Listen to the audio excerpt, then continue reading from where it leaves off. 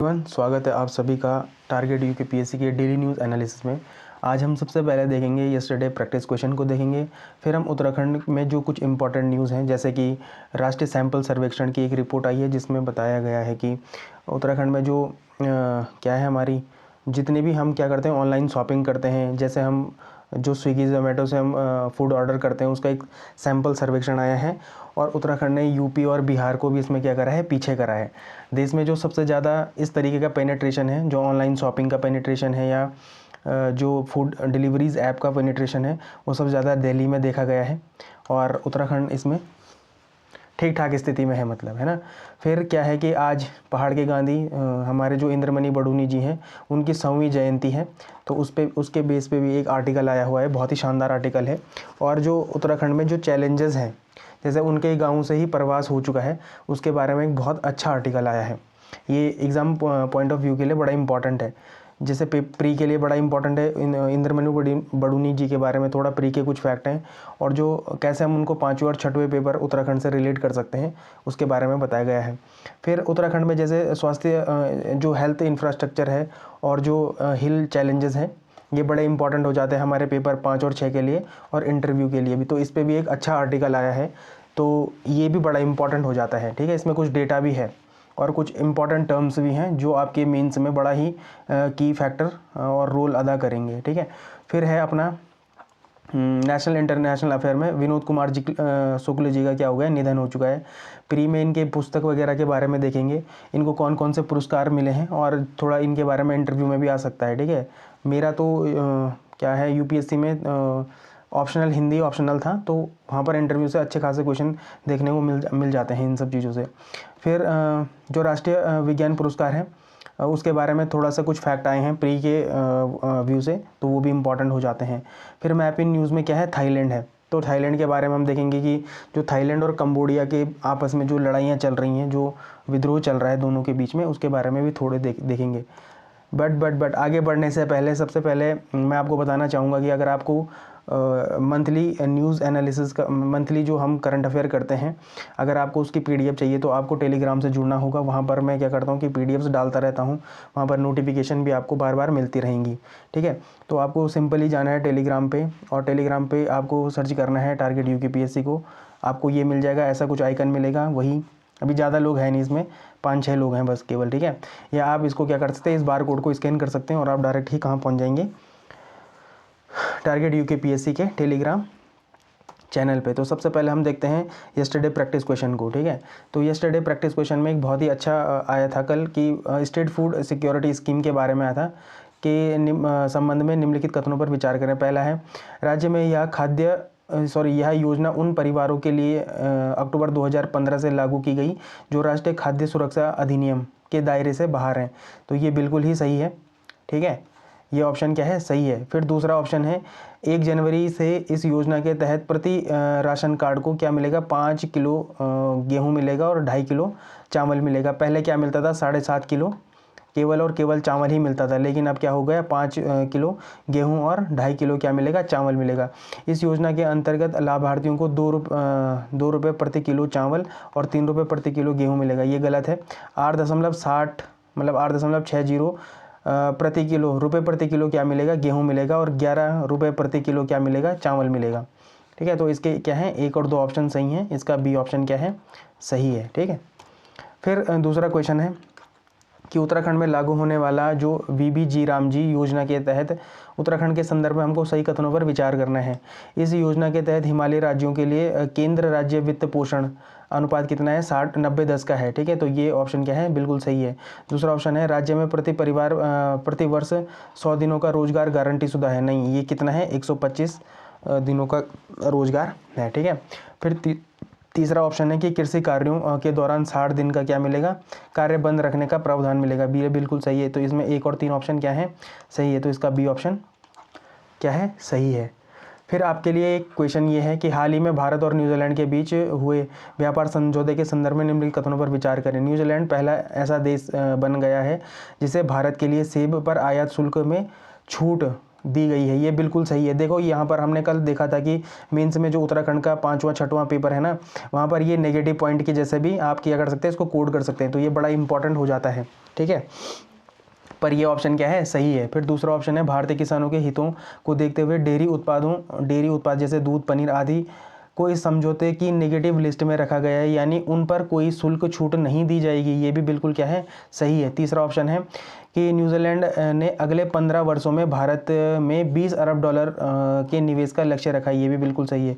तो इसके क्या है, तीनों ही ऑप्शन सही हैं, तो इसका ए ऑप्शन क्या है, सही आंसर है, ठीक है। तो बढ़ते हैं सबसे पहले उत्तराखंड न्यूज़ की तरफ।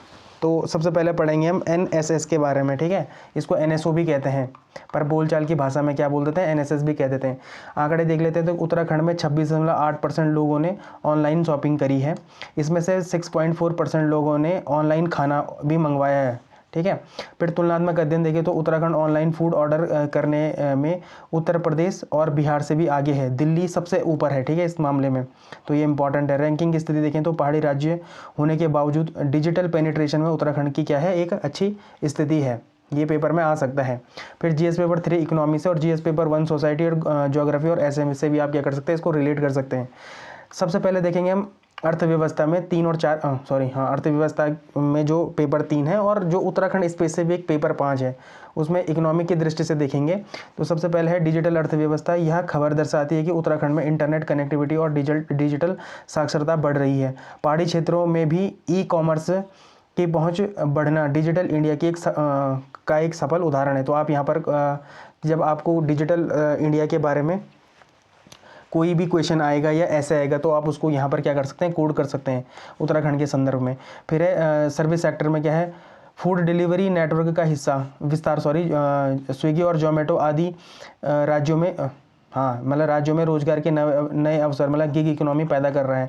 तो ये भी बिल्कुल क्या है, सही है। मतलब आप इसको भी क्या कर सकते हैं, कनेक्ट कर सकते हैं अपने पेपर से। फिर पर्यटन का प्रभाव, जैसा कि आर्टिकल मतलब जो ये न्यूज़ में लिखा गया था कि पर्यटकों की आमद मतलब होती है भीड़ के कारण डिलीवरी नेटवर्क का विस्तार हुआ है। यह पर्यटन और स्थानीय अर्थव्यवस्था के बीच संबंध दर्शाता है। तो आप इसको पर्यटन के प्रभाव पर भी क्या कर सकते हैं, रिलेट कर सकते हैं, ठीक है। फिर ये ये डबल पेस्ट हो गया है, तो यहीं पर देख लेते हैं इसको, ठीक है। फिर थोड़ा हम सोसाइटी और कल्चर को भी देख लेते हैं पेपर 1 में। तो खान पान में क्या हो रहा है, बदलाव हो रहा है, ठीक है। इसमें बताया गया है कि कोदा झंगोरा जैसे पौष्टिक अनाजों की पहचान रखने वाला उत्तराखंड अब लगातार किस पे शिफ्ट हो रहा है, वेस्टर्नाइजेशन ऑफ फूड हैबिट्स पे शिफ्ट हो रहा है, ठीक है। तो आप यहाँ पर थोड़ा सा कल्चर शिफ्ट के बारे में भी बता सकते हैं।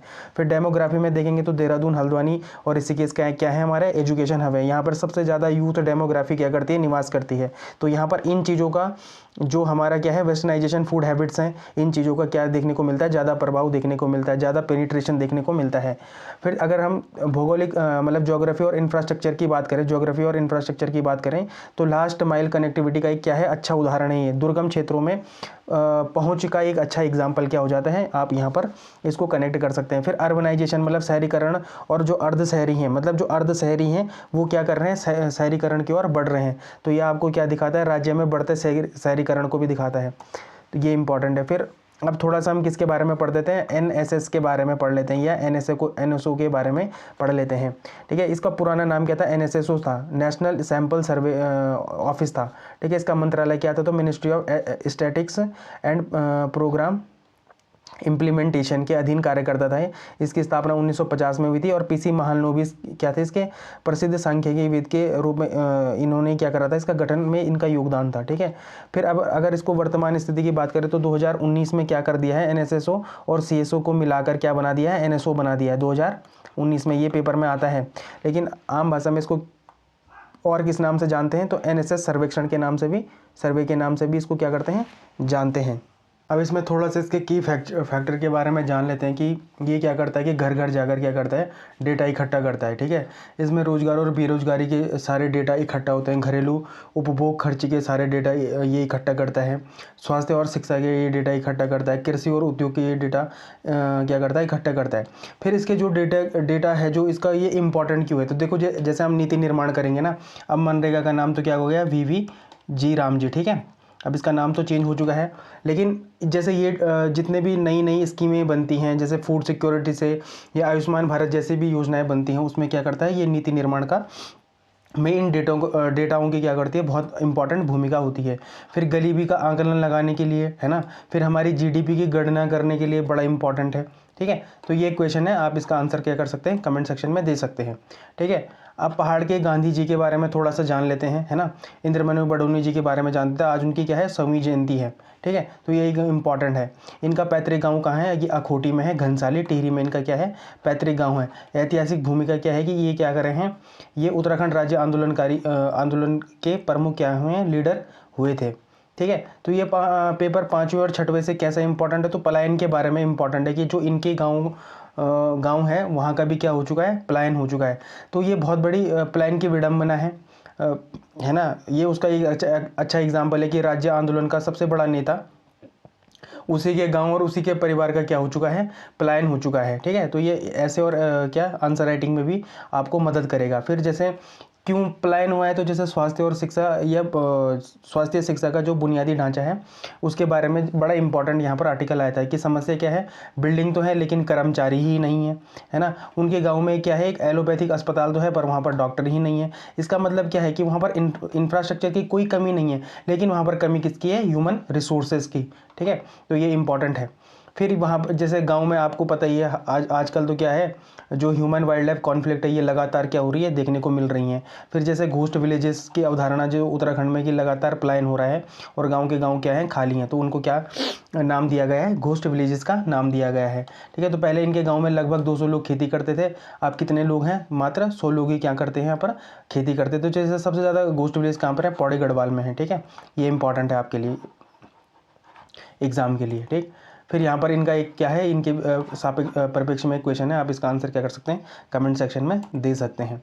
ठीक है, फिर एक ये आया था आर्टिकल की स्वास्थ्य ढांचे मतलब हेल्थ इंफ्रास्ट्रक्चर और हिल चैलेंजेस के बारे में एक अच्छा आर्टिकल आया था। यहाँ पर आर्टिकल ये था कि जो पहाड़ों में हमारे एम्बुलेंस है ना, वो क्या कर रही हैं, वो 3-3 घंटों में पहुंच रही है। तो आप इसको कहाँ पर रिलेट कर सकते हैं, जीएस पेपर 2 गवर्नेंस से रिलेट कर सकते हैं, और जीएस पेपर 6 उत्तराखंड स्पेशल में हेल्थ एंड सोशल वेलफेयर में आप इसको क्या कर सकते हैं, कोड कर सकते हैं। क्या स्वास्थ्य और सेवाओं की क्या चुनौतियाँ, तो पहले जो रिस्पॉन्स टाइम है वो पहाड़ी क्षेत्रों में कितना है, 21 मिनट का रिस्पॉन्स टाइम है, लेकिन एम्बुलेंस कितना टाइम लगा रही है, 3-3 घंटे देरी में पहुँच रही है। इससे क्या दिखता है, पॉलिसी वर्सेस इम्प्लीमेंटेशन गैप दिखता है, मतलब जो नीति बनाई जा रही है और जब उनका क्रियान्वयन हो रहा है तो उन दोनों के बीच में क्या देखने को मिल रहा है, बहुत बड़ा गैप देखने को मिल रहा है। भौगोलिक बाधाएं जैसे उत्तरकाशी के जो अराकोट क्षेत्र है उसमें 25 गांव हैं और एम्बुलेंस सेवा इसलिए नहीं मिल पाती वहाँ पर कि वहाँ पर क्या होता है कि हिमाचल प्रदेश के मोबाइल नेटवर्क आते हैं, तो वहाँ पर जैसे आप कोई भी वहाँ पर वहाँ से लोग 108 पर कॉल करते होंगे तो वो कनेक्ट ही नहीं हो पाता। तो कनेक्टिविटी और स्वास्थ्य का भी क्या है, एक अच्छा एग्जाम्पल है यहाँ पर।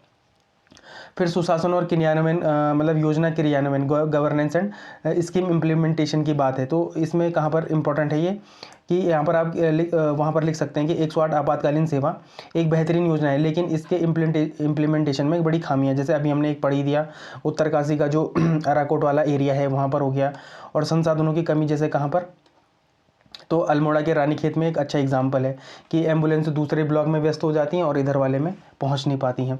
भौगोलिक जो चिंता है वो क्या है कि पर्वतीय क्षेत्र में विकास की समस्याएं, और उपयोग क्या है कि आप समझा सकते हैं कि यहाँ पर जो राइट टू हेल्थ है उसके अधिकार को क्या करती है, कनेक्टिविटी प्रभावित करती है ना। अब देख लेते हैं नेशनल और इंटरनेशनल न्यूज़ के बारे में।